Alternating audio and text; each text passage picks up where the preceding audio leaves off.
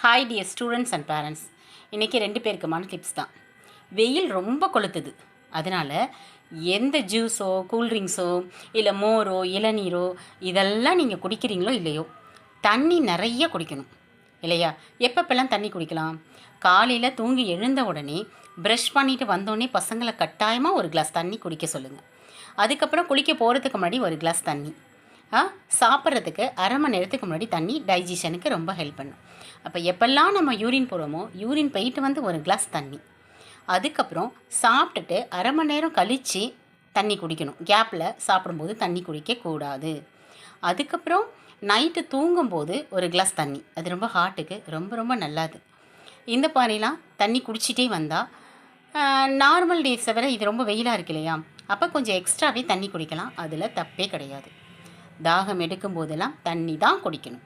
Try பண்ணி பாருங்கள்.